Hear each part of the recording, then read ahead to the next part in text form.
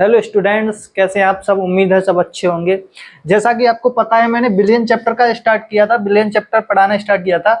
उसमें मैंने आपको बिलियन का इंट्रोडक्शन पढ़ा दिया और कंसंट्रेशन टर्म्स भी पढ़ा दी। तो अब हम आगे बढ़ते हैं। अब हम पढ़ेंगे बिलियता मतलब सॉल्युबिलिटी को पढ़ेंगे। तो जिसने मेरा पहला लेक्चर नहीं देखा है उसे जाके देख लें, क्योंकि उससे ही आपको आगे का समझ आएगा, वरना समझ नहीं आएगा। तो अब देखते हैं सॉल्युबिलिटी मतलब विलेयता किसे कहते हैं। विलेयता किसे कहते हैं? किसी निश्चित ताप और दाब पर किसी विलायक में घुलने वाली विलेय की अधिकतम मात्रा। किसकी अधिकतम मात्रा? विलेय की अधिकतम मात्रा को ही विलेयता कहते हैं। मतलब आप किसी विलायक में अगर विलेय को घोल रहे हो, जैसा कि आपने विलायक क्या है, एक पानी लिया और विलेय लिया नमक को, उसे घोल रहे हो, तो उसमें घुलने वाली अधिकतम विलेय की मतलब नमक की अधिकतम मात्रा को ही क्या कहेंगे? विलेयता कहेंगे। मतलब जो घुल रहा है उसे ही विलेयता कहते हैं। तो एग्जांपल देखते हैं, उदाहरण क्या होगा।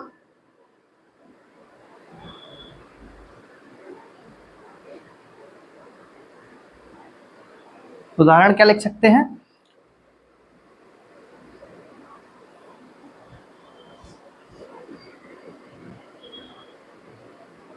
उदाहरण क्या लिख सकते हैं? पानी में नमक क्या होता है? पूरी तरह घुल जाता है। तो जो सॉल्यूशन प्राप्त होगा उसे एक विलयन कहेंगे। समांगी विलयन होगा तो इसमें क्या, नमक पूरी तरह घुल जाएगा।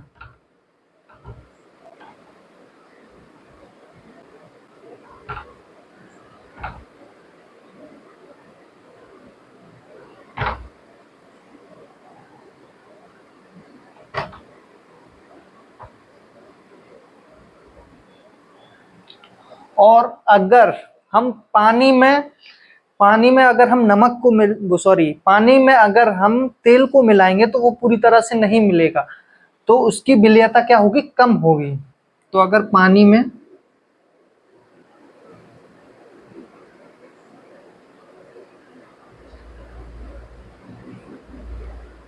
क्या मिलाएं? तेल। तो तेल क्या होगा? डिजोल्व नहीं होगा, मतलब तेल घुलेगा नहीं। तो आपको विलेयता समझ में आ गई होगी कि विलेयता क्या होती है। विलेयता क्या होती है? विलेयता होती है विलायक में घुले हुए विलेय की अधिकतम मात्रा को ही क्या कहते हैं? विलेयता कहते हैं, मतलब सॉल्युबिलिटी कहते हैं। अब आपको पहले एक कुछ टर्म्स के पता होना जरूरी है, जैसे कि गतिशील साम्य, संतुलन विलयन, असंतुलन विलयन, ये सब पता होना। गतिशील साम्य, संतृप्त विलयन, असंतृप्त विलयन, इन सब के बारे में पता होना जरूरी है। तो आपको पहले हम देखते हैं गतिशील साम्य। गतिशील साम्य क्या होता है उसके बारे में देखेंगे, फिर उसके बाद हम संतृप्त विलयन देखेंगे, संतृप्त विलयन क्या होते हैं, और उसके बाद देखेंगे हम असंतृप्त विलयन। चलो अब गतिशील साम्य देखते हैं। गतिशील साम्य क्या होता है, जिससे इंग्लिश में कहते हैं डायनामिक इक्विलिब्रियम। किसे कहते हैं? Dynamic equilibrium. तो आप पानी में नमक मिलाते जाते हो, तो एक समय के बाद वो नमक होता है वो घुलना बंद हो जाता है। मतलब अगर आप पानी में नमक घोलते जा रहे हो और फिर कुछ समय बाद वो पानी में नमक है वो घुलना बंद हो जाता है, तो वहां पर एक साम्य स्थापित हो जाता है। मतलब कि घुलने की गति कम हो जाती है और फिर उसमें घुलना और अधिक बंद हो जाता है, उसे ही इक्विलिब्रियम कहते हैं, मतलब गतिशील साम्य कहते हैं। जैसे कि कुछ समय बाद घुलने की गति इक्वल्स टू बाहर आने की गति। आप कोई केमिकल रिएक्शंस करते हो तो किसी में डालने की गति और निकलने की गति बराबर हो जाती हैं, तो उसे ही हम गतिशील साम्य कहते हैं। तो तब एक संतुलन स्थापित हो जाता है। क्या हो जाता है? एक संतुलन स्थापित हो जाता है। उसमें घुलने की प्रबलता है वो बिल्कुल ही कम हो जाती है, उसे ही हम गतिशील साम्य कहते हैं। तो गतिशील साम्य आपको समझ में आ गया होगा। जैसे कि एग्जांपल मतलब एक समीकरण में हम कैसे लिखते हैं गतिशील साम्य को दर्शाने के लिए। तो जैसे कि कोई विलेय है प्लस विलायक है, उससे क्या बनता है? विलयन बनता है। तो जो बीच में हमने जो ये लिखा है, ये डबल मुंह वाला तीर लगाया है, यही आपको क्या बताती है? यही बताती है गतिशील साम्य के बारे में। साम्य अवस्था भी बोलते हैं इसे। गतिशील साम्य के बारे में ये दोनों मुंह वाले तीर बताते हैं। अब हम आगे बढ़ते हैं। आगे आपको पढ़ाएंगे संतृप्त विलयन और असंतृप्त विलयन। अब देखते हैं हम संतृप्त विलयन और असंतृप्त विलयन। संतृप्त विलयन क्या होते हैं और असंतृप्त विलयन क्या होते हैं। अभी हमने क्या पढ़े थे, विलेयता के बारे में पढ़ा था हमने, विलेयता कैसे कहते हैं। उसके बाद हमने पढ़ा था कि गतिशील साम्य क्या होता है, गतिशील साम्य के बारे में पढ़ा था। अब पढ़ते हैं हम संतृप्त विलयन और असंतृप्त विलयन, मतलब कि संतृप्त विलयन क्या होता है और असंतृप्त विलयन क्या होता है। संतृप्त विलयन होता है वह विलयन जिसमें पदार्थ की अधिकतम मात्रा घुली हो, संतृप्त विलयन कहलाता है। मतलब कि जैसे कि कोई विलेय है, उसकी अधिकतम मात्रा घुली हो, उससे आगे की मात्रा ना घुली जा सके, उसे ही हम क्या कहते हैं, संतृप्त विलयन कहते हैं। बट इसमें एक कंडीशन होनी चाहिए कि ताप होना चाहिए ना, टेम्परेचर, ताप कैसा होना चाहिए,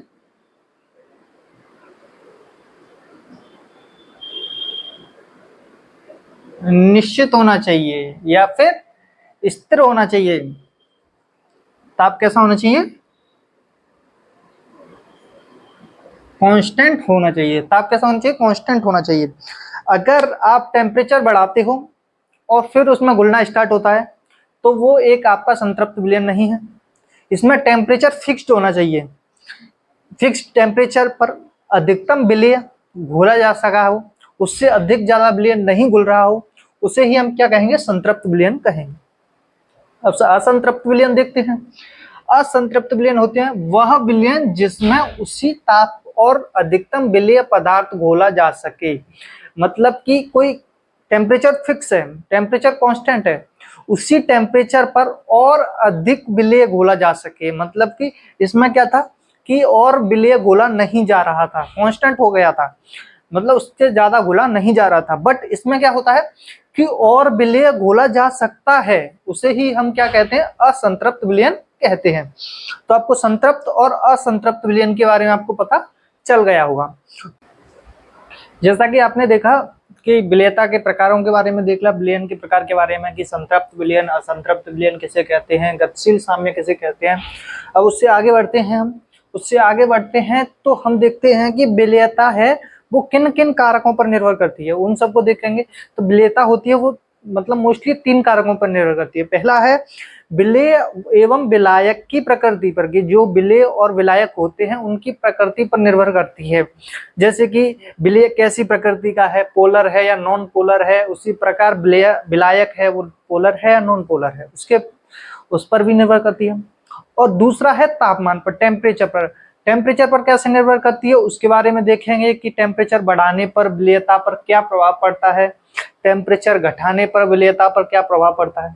उसी प्रकार दाब में आते हैं, दाब है उसी प्रकार दाब में देखेंगे कि दाब बढ़ाने पर या घटाने पर उस पर विलेयता पर क्या प्रभाव पड़ता है, वो सब देखेंगे।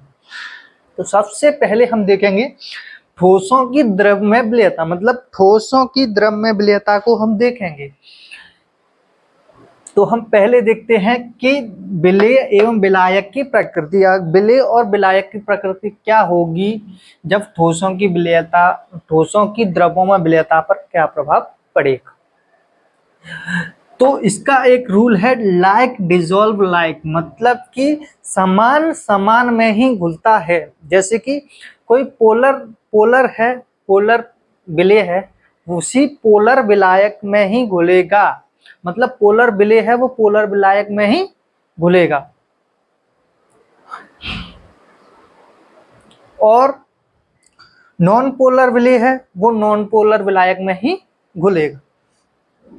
तो इस पर लिखा है ध्रुवीय, जैसे कि NaCl और शुगर है, वो ध्रुवीय मतलब पोलर ही विलायक में घुलेगा। पोलर विलायक क्या है, पानी है, तो ये पानी पोलर सॉल्वेंट में ही घुलेगा। और अब आगे देखते हैं अध्रुवीय विलायक। अध्रुवीय विलायक, नॉन पोलर विलायक कौन से होते हैं, अध्रुवीय कौन कौन से होते हैं, नेफ्थलीन, बेंजीन एंड एंथ्रासीन, ये सभी होते हैं वो नॉन पोलर होते हैं। नॉन पोलर का मतलब क्या होता है, जिसमें पोलैरिटी नहीं होती है उसे हम नॉन पोलर कंपाउंड कहते हैं। तो उनके एग्जाम्पल आपने देख लिए हैं। ये सिर्फ नॉन पोलर सॉल्वेंट में ही घुलेंगे। जैसे नॉन पोलर सॉल्वेंट कौन सा है, बेंजीन है, वो सिर्फ बेंजीन में ही घुलेंगे। जो मैंने अभी नॉन पोलर वो पदार्थों के नाम बताए हैं वो सारे ही नॉन पोलर सॉल्वेंट में घुलेंगे। अब आगे देखते हैं टेम्परेचर का इफेक्ट। टेम्परेचर का क्या प्रभाव पड़ता है? अगर आप देखो कि कोई सॉल्वेंट है, कोई मिश्रण है, उसे अगर हम गर्म करते हैं तो वो हीट को मतलब ऊर्जा को अधिशोषित मतलब शोषण करता है, उसे अंदर की तरफ ग्रहण करता है। तो जो ऊष्मा शोषी होता है मतलब ऊष्मा का शोषण करता है, तो उस पर विलेयता पर क्या प्रभाव पड़ेगा कि जब टेम्परेचर बढ़ाओगे और ऊष्मा का अधिशोषण कर रहा है, तो ऊष्मा का अधिशोषण कर रहा है तो जिससे मॉलिक्यूल्स होंगे विलेय और विलायक के मध्य के जो मॉलिक्यूल्स होंगे वो दूर दूर हो जाएंगे, जिसके कारण जो विलेय होगा वो और घुलेगा, मतलब विलेयता इंक्रीज हो जाएगी। उसे ही हम क्या कहेंगे कि ऊष्मा शोषी प्रक्रम है। कोई ऊष्मा शोषी प्रक्रम है, अगर हम उसमें टेम्परेचर इंक्रीज करते हैं तो विलेयता भी इंक्रीज होती है।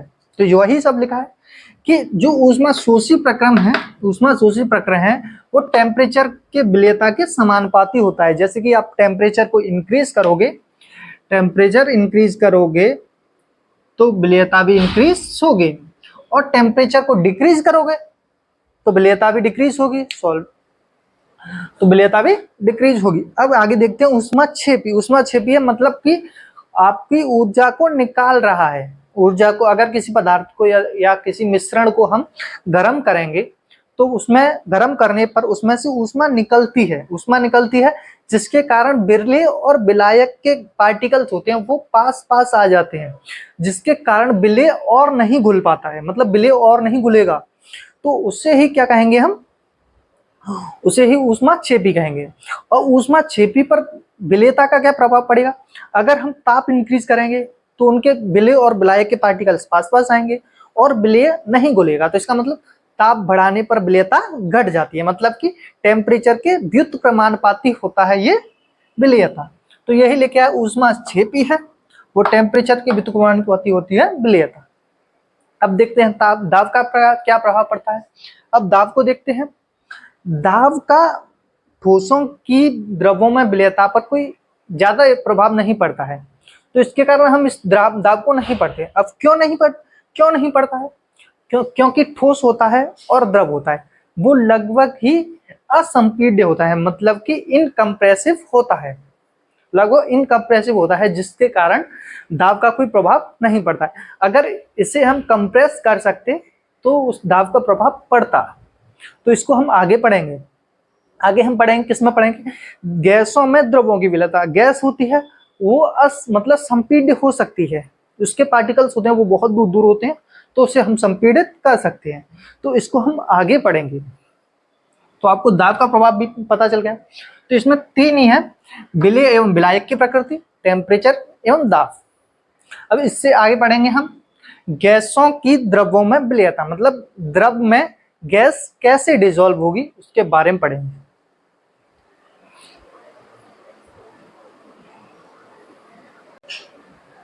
अब हम आगे पढ़ेंगे गैसों की द्रवों में विलेयता, मतलब कि द्रव में गैस कैसे घुलती है उसके बारे में पढ़ेंगे।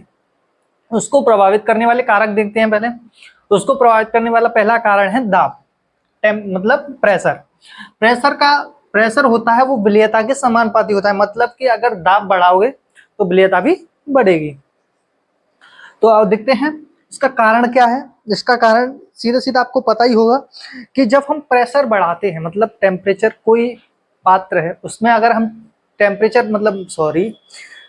बढ़ाते हैं, दाब बढ़ाते हैं, तो उसके पार्टिकल्स होते हैं वो उसकी सरफेस पे पड़ते हैं। प्रेशर बढ़ाएंगे तो उस पर सरफेस पे पड़ेंगे, और सरफेस पे पड़ेंगे जिसके कारण गैस की विलेयता होगी वो बढ़ जाएगी। दाब बढ़ाएंगे तो उसके पार्टिकल हैं वो अंदर जाएंगे, जिसके कारण उसकी विलेयता बढ़ जाएगी। इसके कुछ जर्नल एग्जाम्पल देखते हैं।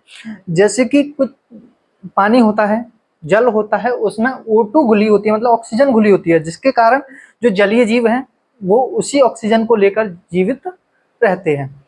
और जल में मतलब पानी में सबसे ज्यादा HCl घुली होती है, मतलब HCl गैस HCl होता है वो सबसे ज्यादा घुली होती है। तो आपको कारण भी पता चल गया है। अब देखते हैं इसको बोलने वाला कौन था। इसको बोलने वाला था हेनरी।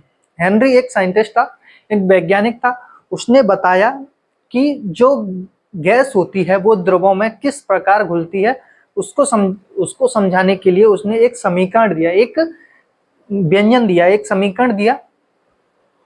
उसको हम पढ़ेंगे।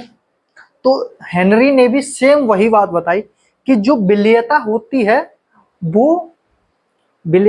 है वो प्रेशर के समानुपाती होती है। वही चीज लिखी होगी यहाँ पे कि स्थिर ताप पर टेम्परेचर क्या होना चाहिए, कांस्टेंट होना चाहिए। टेम्परेचर ना तो ज्यादा होना चाहिए ना ही कम होना चाहिए, एकदम परफेक्ट टेम्परेचर। एक स्थिर ताप पर गैस की विलेयता उस पे लगाए गए दाब के समानुपाती होती है। जैसे कि कोई सॉल्यूशन है, कोई मिश्रण है, उस पर लगाए गए दाब के समानुपाती होती है विलेयता। तो उसने एक समीकरण दिया था जिसे लिखते हैं P इक्वल्स टू KH(x). जो P होता है वो होता है प्रेशर होता है, जिसे गैस का आंशिक दाब कहते हैं। KH होता है वो हेनरी कांस्टेंट होता है, और जो X होता है वो होता है मोल अंश। जो मोल अंश था वो अभी मैंने आगे के लेक्चर में, जस्ट इससे पहले वाले लेक्चर में मोल अंश के बारे में पढ़ाया है। तो वही ये मोल अंश है। तो इसमें आपको समझ गए होंगे। जो KH होता है, जो हेनरी कांस्टेंट होता है, वो हर एक विलेय के हर एक पदार्थ के लिए अलग अलग होता है। हेनरी कांस्टेंट अलग अलग होता है, बट जो हेनरी कांस्टेंट होता है वो विलेयता के व्युत्क्रमानुपाती होता है। जैसे कि आप हेनरी कांस्टेंट जिसका अधिक होगा, जितना बड़ा होगा उसकी विलेयता उतनी ही कम होगी। तो जो हेनरी कांस्टेंट होता है वो विलेयता के व्युत्क्रमानुपाती होता है। तो ये सारी चीजें आपको समझ में आ गई होंगी। तो जैसा कि हमने पहले पढ़ा था कि हेनरी का नियम क्या होता है, हेनरी के नियम के बारे में समझा था।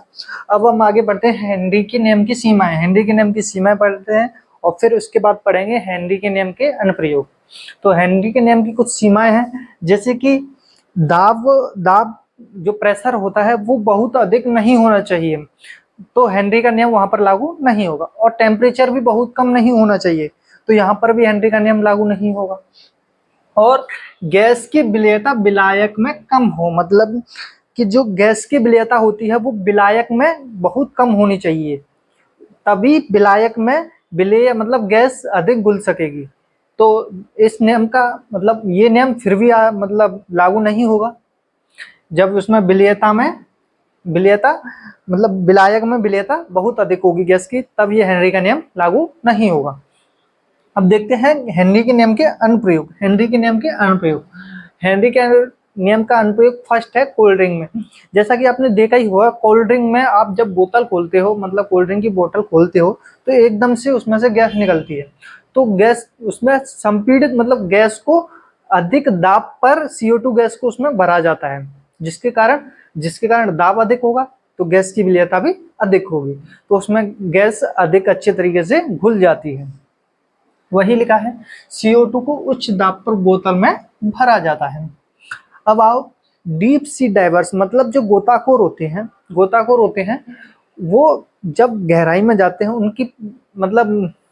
उनके पीछे जो सिलेंडर होता है उसमें ऑक्सीजन, नाइट्रोजन, ये सारी गैसेस होती हैं।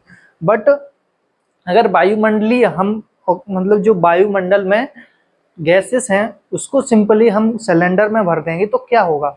तो जब गोताखोर होता है वो बहुत ही अंदर चला जाता है, मतलब गहराई में जाने के बाद उसका प्रेशर होता है वो बहुत ज्यादा हो जाता है, जिसके कारण N2 गैस होती है वो रक्त में घुलने लगती है। तो जब वो बाहर आते हैं, जब गोताखोर अचानक से बाहर आ जाते हैं, तो जो N2 गैस होती है वो एक बुलबुले बना लेती है, जिसे हम बैंड्स कहते हैं, जिसके कारण उनको हार्ट अटैक वगैरह जैसी सिचुएशन का सामना कर सकता है। तो इससे बचने के लिए हम क्या करें, जो सिलेंडर्स होते हैं, जो उनके बैग के पीछे सिलेंडर लगे होते हैं ऑक्सीजन के लिए, तो उसमें ऑक्सीजन और हीलियम गैस को भरा जाता है, जिसके कारण ऐसी सिचुएशंस का उन्हें सामना नहीं करना पड़े। अब आगे देखते हैं। तीसरा है ऊंचे पहाड़ों पर। मतलब जब आप किसी ऊंचाई पर जाते हो, पहाड़ों जैसे कि बिल्डिंग्स बहुत सारी ऊंची हैं, वहां पर जाते हो तो वहां पर आपको सांस लेने में तकलीफ होती है, चक्कर भी आते हैं, और सांस लेने में तकलीफ और कमजोरी महसूस होती है। तो ऐसा क्यों होता है? तो ऊपर जाने के बाद जितना आप ऊपर जाओगे उतना ही वायुमंडलीय दाब होता है वो उतना ही कम होते जाता है। जब आप ऊपर जाओगे तो दाब कम हो जाएगा, तो ऑक्सीजन जो घुलने की प्रवृत्ति है रक्त में, जो रक्त में ऑक्सीजन घुलती है उसका मतलब मान होगा वो कम हो जाएगा। ऑक्सीजन घुलने की मान वो कम हो जाएगा, जिसके कारण आपको चक्कर आएंगे, थकान महसूस होगी, ये सारे सिम्टम्स आपको दिखाई देंगे। इसे हम कहते हैं एनोक्सिया कहते हैं, इसे हम एनेक्सिया कहते हैं। ये जो सारे सिम्टम्स आपको होते हैं उसे हम अनोक्सिया कहते हैं। क्या कहते हैं? अनोक्सिया। तो ये सारी चीजें लिखी हैं, आज पढ़ते हैं कि हेनरी के नियम की सीमा, दाब बहुत अधिक नहीं होना चाहिए, मतलब प्रेशर होता है वो बहुत अधिक नहीं होना चाहिए, और ताप बहुत कम नहीं होना चाहिए, जो ताप है वो भी बहुत ज्यादा कम नहीं होना चाहिए। गैस की विलेयता विलायक में कम हो, मतलब जो गैस की विलेयता है वो विलायक में कम होनी चाहिए। हेनरी के नियम के अनुप्रयोग। अब हेनरी के नियम के अनुप्रयोग है कोल्ड ड्रिंक में, डीप सी डाइवर्स में, और ऊंचे पहाड़ों पर। तो कोल्ड ड्रिंक में CO2 उच्च दाब पर बोतलों में भरी जाती है, एंड डीप सी डाइवर्स में समुद्र की गहराई पर दाब बहुत अधिक होता है। जो समुद्र की गहराई में डाइवर्स जाते हैं वहां पर दाब बहुत अधिक होता है। अधिक N2 रक्त में घुल जाती है, और दाब जब अधिक होगा तो N2 गैस भी अधिक घुलेगी। तो जब गोताखोर ऊपर आते हैं, मतलब जब गोताखोर ऊपर आते हैं तब दाब अचानक घट जाता है, मतलब जो प्रेशर होता है वो एकदम से कम हो जाता है। तो घुली हुई CO2 बुलबुले बनाती है, जो उनके रक्त में घुली हुई CO2 होती है वो बुलबुले बनाती है। इसी रोग को हम बैंड्स कहते हैं। इसी रोग को हम क्या कहते हैं? बैंड्स कहते हैं, जिससे आपको हार्ट अटैक जैसी संभावनाएं हो सकती हैं। इससे बचाव क्या है? बचाव है ऑक्सीजन प्लस हीलियम मिश्रण का उपयोग किया जाता है। जो आपके सिलेंडर्स होते हैं उसमें ऑक्सीजन तथा हीलियम गैस का उपयोग किया जाता है। ऊंचे पहाड़ों पर क्या होता है? ऊंचाई पर वायुमंडलीय दाब कम होता है, मतलब जो ऊंचाई पर होते हैं उनका वायुमंडलीय दाब होता है वो कम हो जाता है, इसीलिए रक्त में ऑक्सीजन कम घुलती है। इसीलिए रक्त में क्या होती है? ऑक्सीजन कम घुलती है। परिणाम क्या है? इनके परिणाम क्या पड़ते हैं? सांस लेने में कठिनाई होती है, सांस लेने में कठिनाई होती है, कमजोरी होती है, एंड चक्कर आते हैं। इसे एनोक्सिया कहते हैं। तो थैंक यू एवरीवन। अब हम आगे पढ़ेंगे, राउल्ट का नियम पढ़ेंगे, धनात्मक विचलन, ऋणात्मक विचलन, इन सब के बारे में आगे पढ़ेंगे। तो हमारे चैनल से ऐसे जुड़े रहिए। Thank you.